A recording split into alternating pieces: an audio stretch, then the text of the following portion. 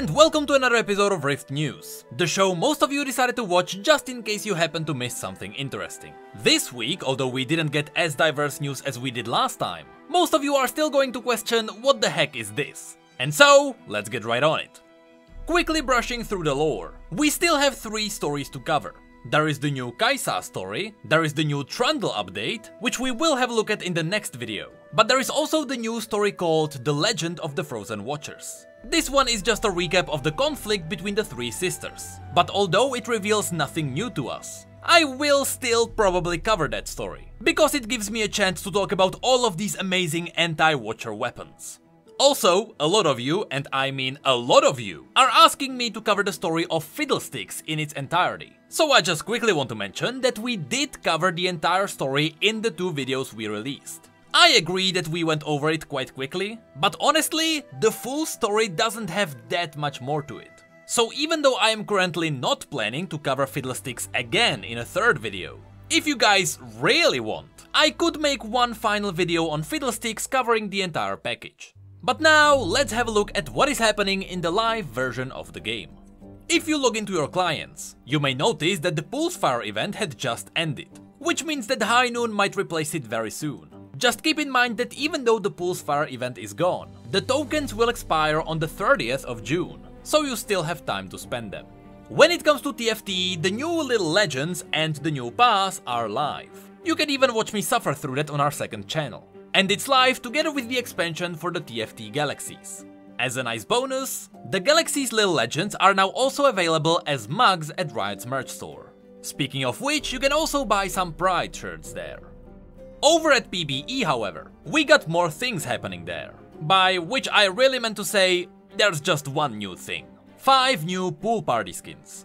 These were first revealed in a teaser that was probably directed by the owner of Wikifeet. Surprisingly, I got really close with my guess as to who these feet could be. I only made 2 mistakes. Looking at the spear-like umbrella, I thought that this would be Pantheon, but I forgot that we just got Pulsefire Pantheon, so the other obvious option was Jarvan.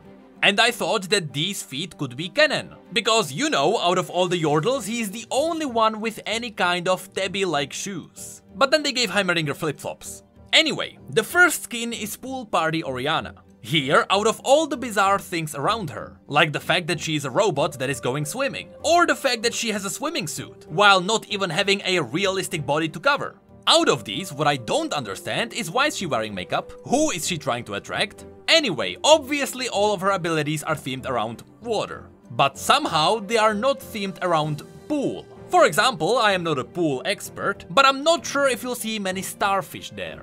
Her Q leaves a nice shell mark underneath it. W is just a big splash of water. Her E is a shield with more shells. And her ultimate is an even bigger splash of water. Next up there is Jarvan. Once again, I don't wanna dig into the bizarre aspects of these skins. His Q, surprisingly, only has a watery after effect. His W is you guessed it, a big splash of water. His E plants down the umbrella with a small splash of water. And his ultimate builds an entire sandcastle, but they still enhanced it with a big splash of water.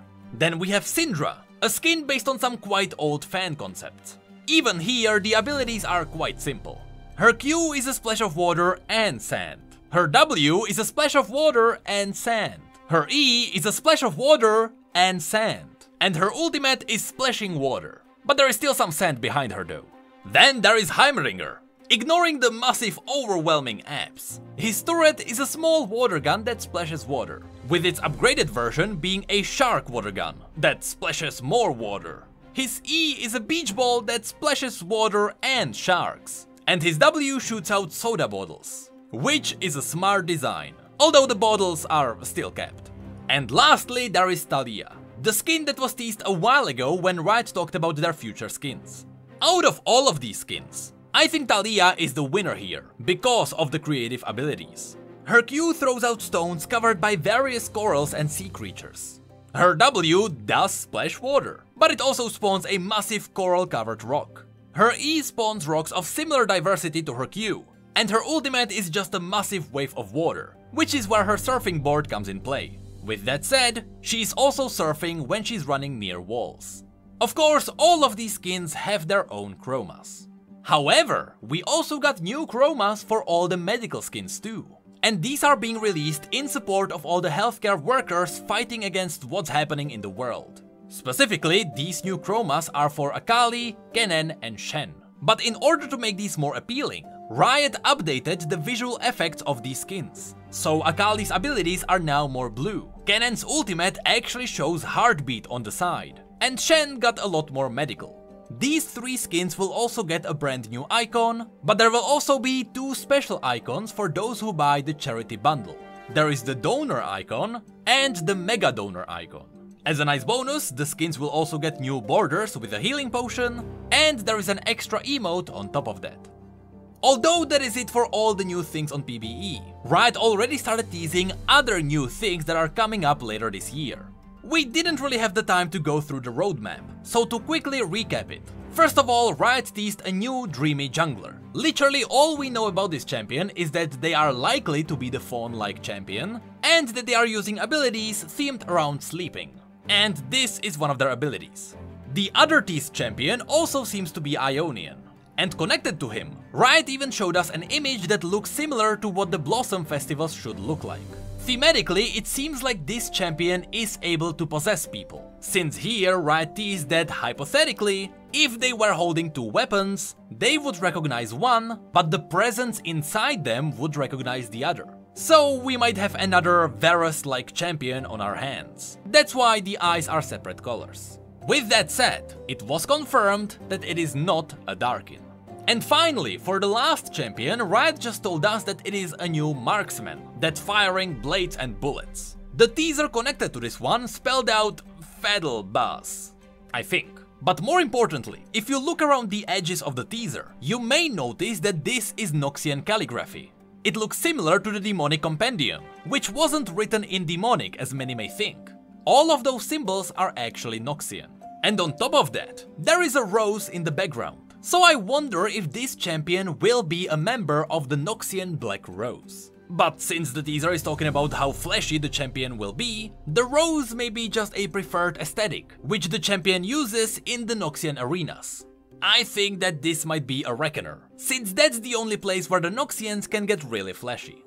Now, the main reason why I quickly wanted to go through this roadmap is because at the end, Riot quickly brushed over the fact that they are reworking Mundo.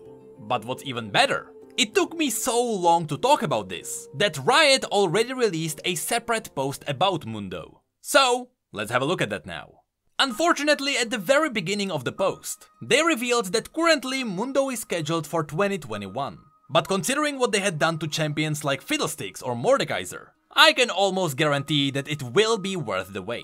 Currently, Riot wants to keep and improve parts of his kit that work well. These would be his super tank regeneration and the ability to constantly throw cleavers around. So these 2 abilities are not going anywhere.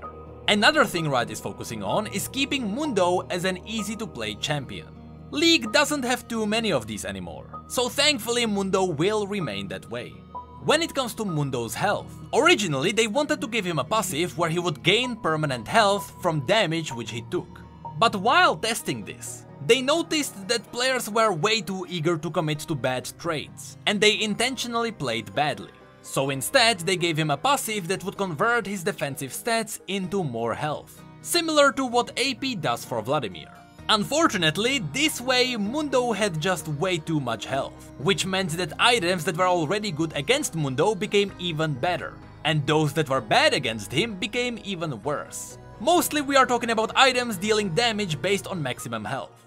They also experimented with new abilities themed around the Zoonite mutant freak.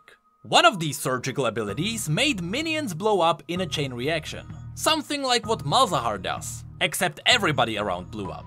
But although this ability was fun to use, it made Mundo feel more like a mage, which wasn't their goal. So gameplay-wise, Riot is still trying to figure out the right toolkit to give him. Design-wise, they revealed the concepts they were going through. And here, remember how people got sad when they found out that according to Set's concepts, he could have been a Darkin, or the Targonian aspect of might? Well, here, we will have to live with the fact that Mundo could have been this. The likelihood of this happening is really low, but in a really weird alternative reality, This is Dr. Mundo. Anyway, the visual fantasy of Mundo was quite clear to Mundo. Mundo was a doctor, so the doctor will have to reflect in his design. But Mundo already has quite the name for himself. And in this sense, Mundo is a big freak. Additionally, if people were to point out what's iconic about Mundo, some would say that he is indescribable, others would say that he's purple. But the main theme is still the unkillable regenerating freak machine that doesn't know what's real. But the part of the design that Riot is still looking for is the tones. He could be a horrific serial killer or a lovable dope. At the end of the post we got some words from John O'Brien, who is a narrative writer. And here we learned that even though Mundo's story is quite old, they really love who Mundo is. So the idea of an unstoppable psycho who doesn't feel pain, combined with the fact that Mundo thinks he's a doctor, are things that will likely stay in his story. Now, before we get onto the last post, I should quickly mention that Arcane, the cinematic series that will explain the origins of Vi and Jinx, was delayed because of what's happening in the world. So currently it is scheduled for release in 2021. But now, onto the last post that teases what will happen in preseason. With every year, Riot brings better and better changes to League, be it the redesign of dragons in 2019, or the upgraded dragons and new paths around Summoner's Rift in 2020. Well, in 2021, the changes will be focused on building and refining the game around items. This is great because even though every now and then Riot adds in or changes an item, we have never seen an overall rework of the items in general. According to Riot's plans, they will retain 34% of all the current items, improve 33 of them, and add in 33% new items. And to show us how they want to do this, they gave us an example of the ideal item system. First of all, items should give you early game consequences. And by this they mean that items should allow you to snowball if you play well. Here Riot mentioned that they are satisfied with the power curve of their items, so they won't drastically change the overall power or gold efficiency. Next, they need their items to be satisfying to get or use. And here they think that there is some room for improvements. Currently, some items are iconic, but although others are equally as powerful, they still feel weak, and that's what they need to change. Then, when it comes to item choice, they really want to change things. Currently, most people stick to one build, and they rarely buy items based on their opponents. The only exception are tanks, where you need to keep an eye on what you need more, magic resistance or armor. Then they also mentioned that items should change your playstyle. And similar to the item choice which we just mentioned, change of playstyle is just not happening, and so they want to change things here too. And lastly, they mentioned that it would be nice to have a complex item system, and clear and intuitive ways to acquire items. And this is what Riot doesn't have at all. So they will change everything from navigating the shop to the ways stats can stack or interact with each other. And at the same time, they want your item purchases to be quick. You shouldn't be constantly calculating what the next best item will be. In the next part, Riot is also talking about the changes to individual items. Here they mentioned that every item should have a single purpose, preferably without any overlapping between roles. The items should have purpose based on context. For example, Quicksilver Sash is only amazing against CC. Or Lichbane, which is amazing when you have a champion that can auto-attack between using abilities. Then, the items should have interesting build paths. For example, if the item is a combination of a cheaper item and a more expensive item, while you are in lane, you may be considering going to base now to buy a pickaxe, or you can risk and stay longer to get a BF sword later. Then they want to make the items elegant, by which they mean that there shouldn't be any extra passive effects or unnecessary stats. And lastly, they should contribute to healthy game by not removing counterplay and weaknesses. By this they mean that yes, there are items that reduce healing on champions, but that doesn't make healing bad for them. And at the very end of the post, they gave us an early version of the new shop. Here you have 3 tabs, exactly as what we have now.